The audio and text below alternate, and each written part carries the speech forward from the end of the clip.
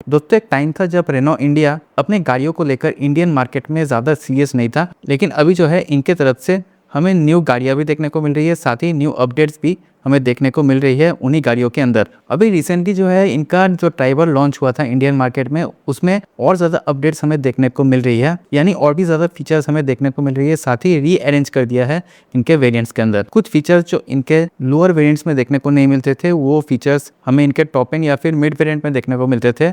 वही फीचर्स जो है अभी इनका लोअर वेरिएंट्स में भी हमें देखने को मिल रही है। प्राइसेस हल्के से बढ़ाए हैं, 5 से 9 हज़ार रुपये ज़्यादा महंगी हो गई है। और ऑटोमेटिक क्लाइमेट कंट्रोल जैसे फीचर जो इसका टॉप एंड मॉडल में नहीं मिलता था, वो अभी मिलने लगा है। साथ ही पीछे का जो सीट का जो फोल्डिंग का जो मैकेनिज्म था, उसको भी चेंज कर दिया है। अभी थोड़ा सा ज़्यादा आसान लगता है उसको सीट को फोल्ड करने में। दूसरा सेकंड रो जो है कम्प्लीटली फोल्ड नहीं होती थी, अब उसको आप कम्प्लीटली फोल्ड कर सकते हो। सेकंड रो और थर्ड रो फोल्ड होने के बाद में 1065 लीटर्स का जो है बूट स्पेस आपको देखने को मिलती है। बस यही दो अपडेट्स जो है हमें देखने को मिलती है रेनो ट्राइबर के अंदर, और इसका प्राइस जो है वो 5 से 9 हज़ार रुपये ज़्यादा महंगी हो चुकी है। नेक्स्ट जो अपडेट है वो सिट्रोएन वाले अपना जो बसाल्ट गाड़ी है उसको साउथ अफ्रीका के अंदर जो है एक्सपोर्ट करने लगी है। ऐसा नहीं है कि सिट्रोएन वाले पहला बार एक्सपोर्ट कर रहा है अपना C3 एयरक्रॉस, इन सारे गाड़ियों को सिट्रोएन वाले पहले से एक्सपोर्ट कर रहे हैं साउथ एशियन कंट्रीज के अंदर, लेकिन अभी जो इनका जो बसाल्ट है इसको भी साउथ अफ्रीका के अंदर एक्सपोर्ट करना शुरू कर दिया है। जीप एवेंजर के फेसलिफ्ट को रिवील कर दिया गया है,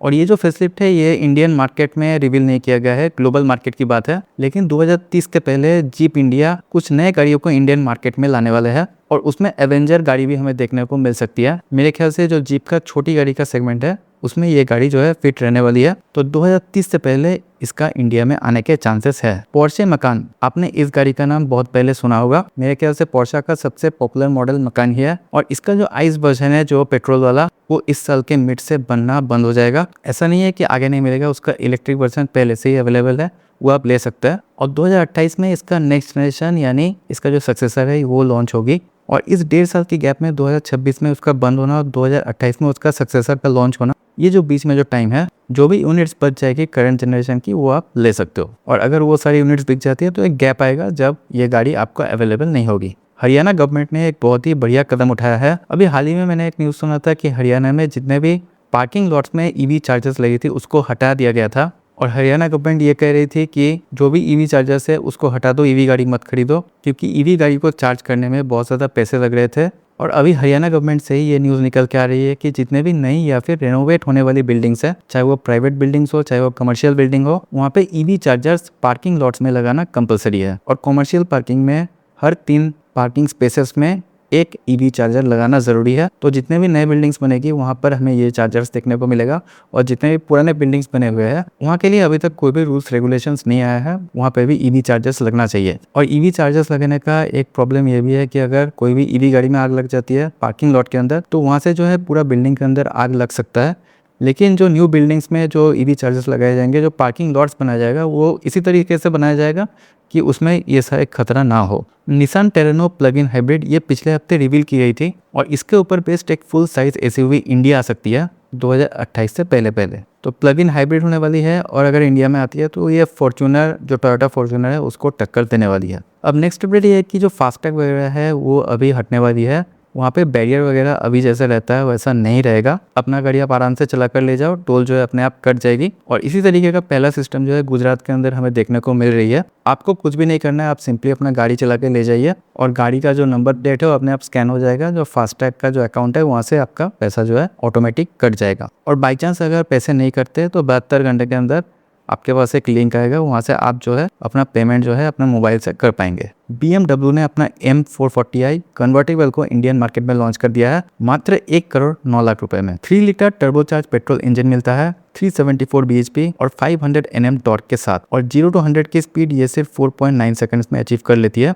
मर्सिडीज वाले अपने S class plug in hybrid का एक फेसलिफ्ट लॉन्च करने वाला है, यानी इनका जो एस क्लास मॉडल है उसी का एक फेसलिफ्ट ये लोग लॉन्च करने वाले हैं, जिसमें प्लग इन हाइब्रिड टेक्नोलॉजी हमें देखने को मिलेगा। इसमें जो अलग अलग पार्ट्स को डिफरेंट कंट्रीज से इंपोर्ट करके असेंबल किया जाएगा इंडिया के अंदर।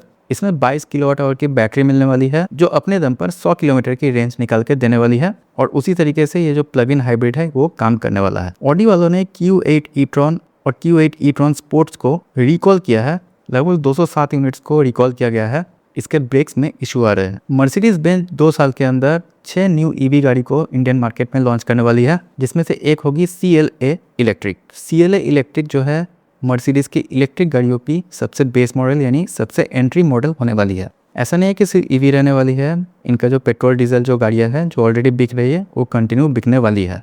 मिनी कूपर एस कन्वर्टेबल के JCW पैक को लॉन्च कर दिया गया है 61.5 लाख रुपीज़ में, और इस गाड़ी को पूरी तरीके से इंपोर्ट किया जाएगा, यानी पूरी गाड़ी को इंपोर्ट किया जाएगा दूसरे देश से। सिर्फ हल्के फुल्के कॉस्मेटिक चेंजेस किए गए हैं, ज़्यादा कुछ चेंजेस नहीं किया गया है। तो इनकेस अगर आप इंटरेस्टेड हो तो आप इस गाड़ी को देख सकते हो। Hyundai Ioniq 5 की फेसलिफ्ट को लॉन्च किया गया है 55.7 लाख रुपीज़ में। इसमें पहले से बड़ी बैटरी मिलने लगी है 84 किलोवाट आवर की, और पहले से ज़्यादा रेंज है 690 किलोमीटर की।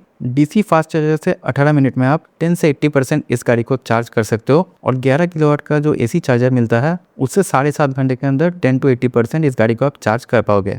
BYD Leopard 8 plug in hybrid, इसका पेटेंट फाइल किया गया है इंडिया के अंदर। ये वही फॉर्च्यूनर की सेगमेंट की गाड़ी है, लेकिन प्लग इन हाइब्रिड है तो हो सकता है प्राइसेस थोड़ा सा ऊपर नीचे हो। और BYD की ये शायद पहली प्लग इन हाइब्रिड है जो कि इंडिया में आएगी। 2 लीटर टर्बोचार्ज पेट्रोल इंजन मिल सकता है 8 किलोवाट आवर की बैटरी के साथ में, और बैटरी अपने दम पर 100 किलोमीटर चल सकती है। नेक्स्ट अपडेट जो है गवर्नमेंट की तरफ से है। गवर्नमेंट ने एक न्यू ड्राफ्ट बनाया है जहाँ पे E85 और 100% इथेनॉल को लेकर जो है चर्चा की गई है। हालांकि ये ड्राफ्ट है, पब्लिक ओपिनियन देखी जाएगी, लेकिन मेरा ये कहना है कि E20 पेट्रोल जो अभी चल रहा है इसमें काफ़ी सारे गाड़ियों में जो दिक्कत आ रही है। 4 व्हीलर्स का माइलेज ड्रॉप हो गया, परफॉर्मेंस ड्रॉप हो गया है, उनके इंजन के अंदर कंपोनेंट्स में जो रस्टिंग का इश्यूज हमें देखने को मिल रही है, और 2 व्हीलर्स में जो है ज़्यादा दिक्कत आ रही है। माइलेज ड्रॉप तो हुआ ही है, गाड़ी चालू नहीं हो रही है, चलते चलते बंद हो जा रही है। तो ये सारी दिक्कतें E20 में आ रही है। और आप बात कर रहे हो E85 की, आप बात कर रहे हो ब्राज़ील की, जहाँ पे आप बोल रहे हो कि ब्राज़ील ने देखो कितने अच्छे तरीके से इथेनॉल को अडाप्ट कर लिया है। लेकिन ब्राज़ील में जो है अगर आपका गाड़ी E20 है, E10 है, तो वहाँ पे आपको E10 और E20 का जो है पेट्रोल अवेलेबल किया जाता है। ऐसा नहीं कि आपको E100 या फिर E85 पेट्रोल को है कंपलसरी अपने गाड़ी में डालना है। अगर आपका गाड़ी E10 पेट्रोल को सपोर्ट करता है तो आपको E10 पेट्रोल भी वहाँ पर मिल जाता है।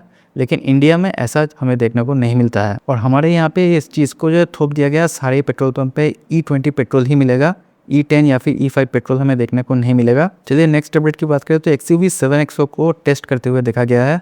अब लॉन्च तो ये गाड़ी ऑलरेडी हो चुकी है, तो पॉसिबिलिटी ये है कि शायद इसका जो हाइब्रिड टेक्नोलॉजी है, जो हाइब्रिड वेरिएंट है, उसको टेस्ट करते हुए देखा गया हो, या फिर अगर इसमें फ्लेक्स फ्यूल वाला जो वेरिएंट है वो अगर आ सकता है तो हो सकता है उसको टेस्ट किया जा रहा है। चलिए नेक्स्ट अपडेट की बात करें तो बजाज ने अपना जो चेतक रेंज है उसको अपडेट किया है। कुछ स्कूटर्स की टॉप स्पीड को 80 किलोमीटर पर आवर की कर दिया गया है, कुछ की बैटरी को अपडेट किया गया है, कुछ में फीचर्स अपडेट किया है, कुछ में राइड मोड्स और हिल होल्ड असिस्ट जैसे फीचर्स को लाया गया है। तो इस तरह से ओवरऑल चेतक रेंज को अपडेट किया गया है, लेकिन फीचर्स में कोई भी चेंजेस नहीं है। ओबेन रोड ईवो को लॉन्च किया गया है 1 लाख रुपए में, और शुरुआती 10,000 कस्टमर्स के लिए यही प्राइसिंग है, और 10,000 के बाद में 1,25,000 इस बाइक का प्राइस रहने वाली है। 3.4 किलोवाट आवर की बैटरी पैक मिलती है 180 किलोमीटर रेंज के साथ में, और 110 किलोमीटर पर आवर की टॉप स्पीड। नेक्स्ट अपडेट की बात करें तो टोयोटा वालों ने अपना एक हाइड्रोजन स्कूटर के लिए पेटेंट फाइल किया है। हाइड्रोजन स्कूटर सुजुकी बर्गमैन आपने सुना होगा, देखा होगा। इसमें क्या है कि हाइड्रोजन सेल्स के जो कैनिस्टर्स होते हैं वो इसमें फिट किया जाएगा।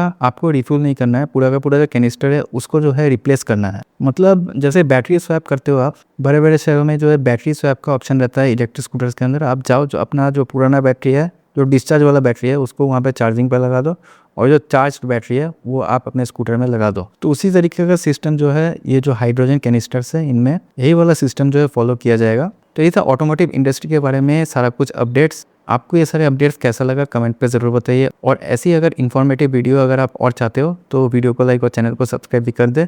मिलते हैं ऐसे किसी नए वीडियो में, तब तक के लिए good bye and take care.